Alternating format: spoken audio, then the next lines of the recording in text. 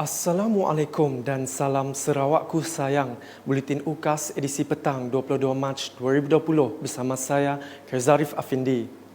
Berita dimulakan dengan Kementerian Kesihatan Malaysia yang mencatatkan satu lagi kematian hari ini berikutan penularan wabak COVID-19 yang menjadikan jumlah kumulatif sebanyak 9 orang. Kes kematian ke-9 ini merupakan yang pertama di kalangan kaki tangan kesihatan melibatkan seorang lelaki warga negara Malaysia berusia 48 tahun, ialah seorang doktor perubatan Kementerian Kesihatan Malaysia KKM. Beliau telah dimasukkan ke Hospital Tuanku Fauziah, Kangar pada 17 Mac setelah mengalami simptom severe acute respiratory infection. Bagaimanapun, kes tersebut bukan dari kalangan barisan hadapan atau rakan sekerja tetapi ianya adalah berkaitan dengan sejarah perjalanan ke luar negara. Seterusnya, Sarawak hari ini mencatatkan pertambahan 8 kes baharu positif COVID-19 menjadikan jumlah bilangan kes di Sarawak sebanyak 76 kes. Kenyataan media daripada Jawatan Kuasa Pengurusan Bencana Negeri Sarawak menyatakan 7 kes baharu ini dirawat di Hospital Umum Sarawak dan 1 kes lagi di Hospital Miri. Manakala 44 kes baharu iaitu Person Under Investigation PUI jangkitan COVID-19 yang dilaporkan menjadikan jumlah keseluruhan sebanyak 795 kes. Berita seterusnya. Orang ramai yang mempunyai masalah kesihatan seperti demam, batuk, kesukaran bernafas dan selsema digesa untuk mendapatkan rawatan di Pusat Pemeriksaan COVID-19 bertempat di Kompleks Belia dan Sukan Sarawak, Kuching. Menurut Timbalan Ketua Menteri Dato' Amar Douglas Ugah Embas ketika melawat pusat tersebut pada Sabtu, Pusat Pemeriksaan COVID-19 itu dibuka setiap hari bermula jam 8 pagi hingga 5 petang. Katanya kompleks tersebut mempunyai persekitaran yang lebih kondusif dan selamat di mana mempunyai 2 bahagian untuk menampung individu yang sangat sakit dan individu yang mengalami demam biasa di mana pemeriksaan akan dibuat oleh kaki tangan perubatan. Turut hadir Menteri Perumahan dan Kerajaan Tempatan Datuk Seri Dr. Sim Kui Hian, Menteri Muda Hal Ehwal Korporat Abdullah Saidul dan Timbalan Setiausaha Kerajaan Negeri Datuk Ik Pahon Joik.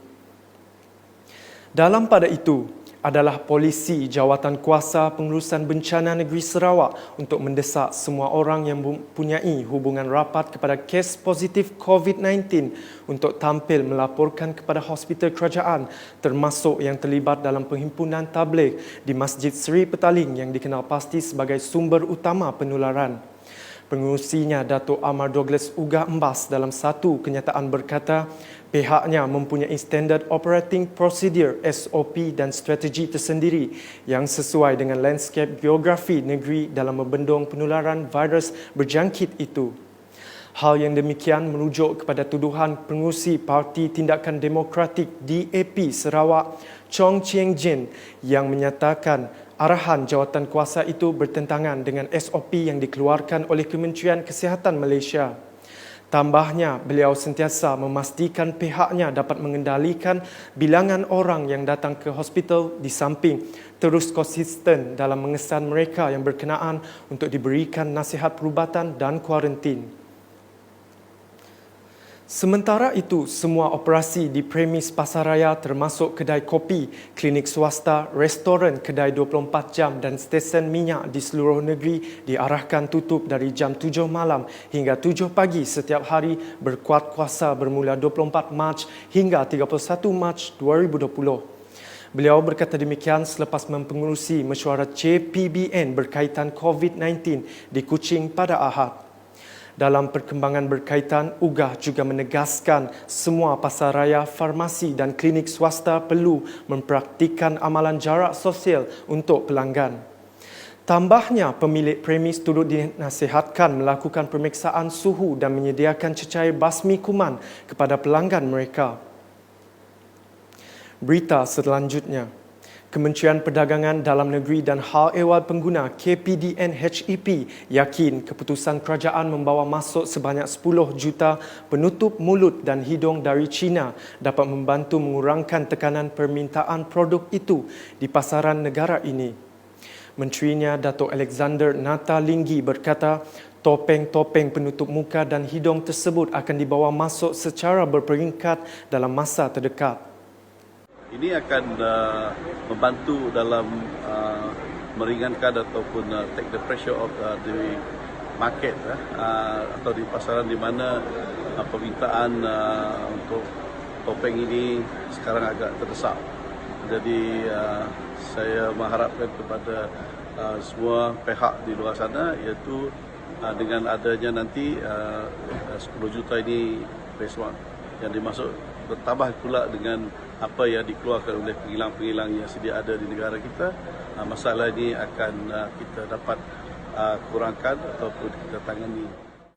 Beliau berkata demikian ketika ditemui Unit Komunikasi Awam Sarawak UKAS di Kuala Lumpur pada Sabtu.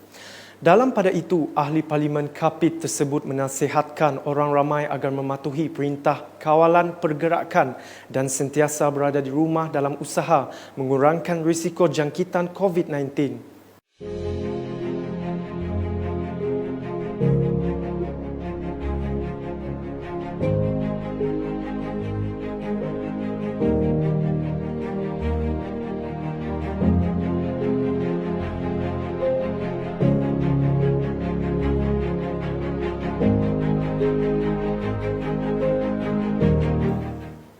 Beralih kepada berita mengenai kenaikan harga topeng muka sehingga RM2 pada masa kini adalah tidak munasabah kerana alat tersebut meraih permintaan tinggi berikutan pandemik COVID-19.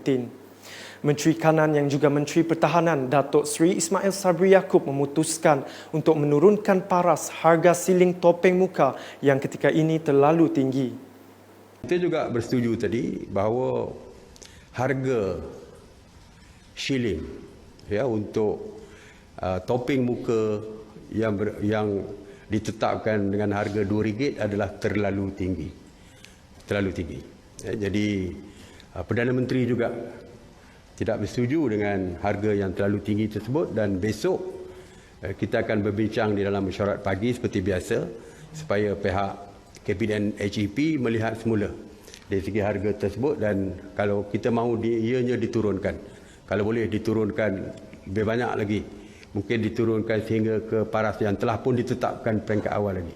Sebab tidak ada sebab kerana mereka nak menaikkan harga, kerana pihak kerajaan telah pun bersetuju untuk menghapuskan duty import untuk pembelian topeng muka ini. Jadi kita harap kurangkan. Tambah beliau, 10 juta topeng muka yang ditempah dari China adalah dibiayai sepenuhnya oleh kerajaan demi keselamatan petugas barisan hadapan dan selebihnya untuk agihan di kawasan berisiko tinggi. Bertindaklah bijak. Itulah yang perlu dilakukan oleh rakyat ketika ini supaya tidak melakukan pembelian panik kerana bekalan mencukupi. Menteri Muda Pelancongan Kesenian dan Kebudayaan Sarawak merangkap Adun N73 Piasau Datuk Sebastian Ting Chiu Yu menjaminkan bahawa bekalan keperluan dan makanan asas seperti telur, mi segera, makanan dalam tin, buah-buahan adalah mencukupi dan stok di atas rak-rak pasaraya mencukupi dengan kadar purata 80 hingga 85%. Dalam pada itu, Sebastian Ting juga menyatakan penghargaan kepada pasukan barisan hadapan yang komited menjalankan tugasan selain mengorbankan masa, tenaga serta nyawa demi kepentingan masyarakat untuk memastikan pandemik COVID-19 terkawal.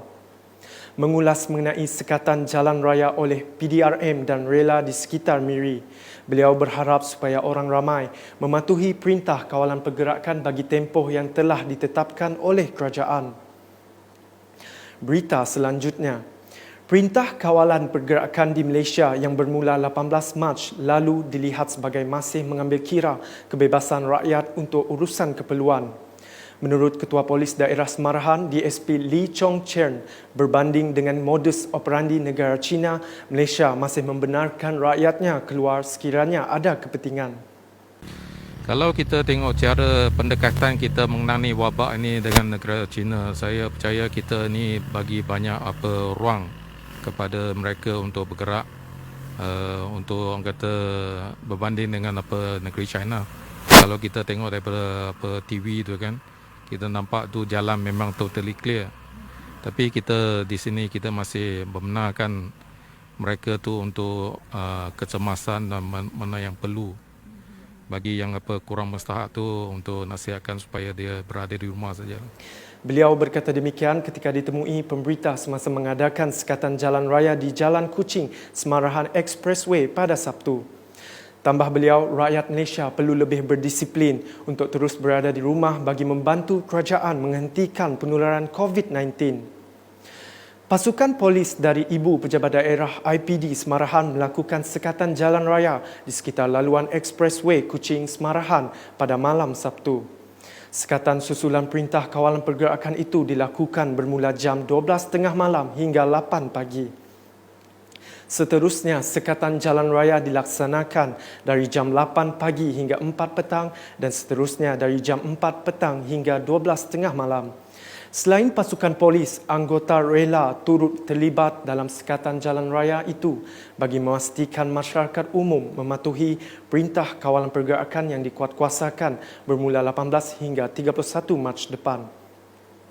Operasi tersebut diharapkan dapat memutuskan rantaian penularan wabak COVID-19. Kesedaran orang ramai di Song pentingnya mematuhi perintah kawalan pergerakan MCO bagi mengekang jangkitan wabak COVID-19 semakin meningkat berdasarkan keadaan lengang di pekan itu pagi ini. Tinjauan mendapati kedai runcit, minimart dan stesen minyak di sekitar pekan masih dibuka seperti biasa. Manakala saringan di pintu masuk utama di Terminal Boat Express Song dan Simpang 4 Jalan Temalat juga masih diteruskan seperti biasa.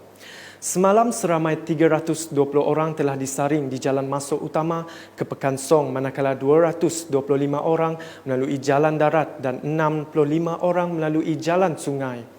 Pihak PDRM juga terus giat membuat hebahan mengenai MCO menggunakan kenderaan di sekitar pekan sambil dibantu rela bagi memantau pergerakan orang awam. Sekian Buletin UKAS edisi petang 22 Mac 2020 bersama saya Kerzarif Afindi dan kru penerbitan. Jaga kebersihan diri dan sentiasa berwaspada. Dapatkan berita terkini Sarawak setiap hari dengan melayari Facebook UKAS, ukas.sarawak.gov.my dan subscribe serta like saluran YouTube Buletin UKAS. Salam UKAS.